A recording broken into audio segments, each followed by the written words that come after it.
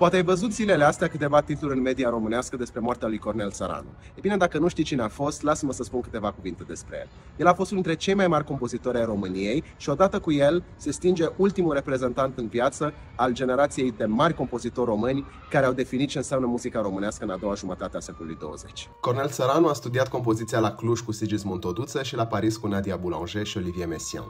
Muzica sa continuă la început tradiția Enescu-Toduță, dar se păstrează într-o melodicitate personală. Apoi face un mare pas îndrăzneț către elemente de serialism, iar spre final către un aleatorism controlat. Mare promotor al muzicii lui Enescu, acesta este pasionat de descoperirea și completarea manuscriselor neterminate ale marului compozitor. Lui datorăm finalizarea după schițele originale a Sinfonia a 5-a, Caprice Roman, Oratoriul Strigoi și Concertului pentru pian de George Enescu. A fost membru al Academiei Române și a predat la Cluj, unde a format generații întregi de compozitori. Era de o vitalitate incredibilă, eu l-am văzut la un concert al studenților în Cluj acum mai puțin de o săptămână. Dispariția lui lasă un gol imens în viața culturală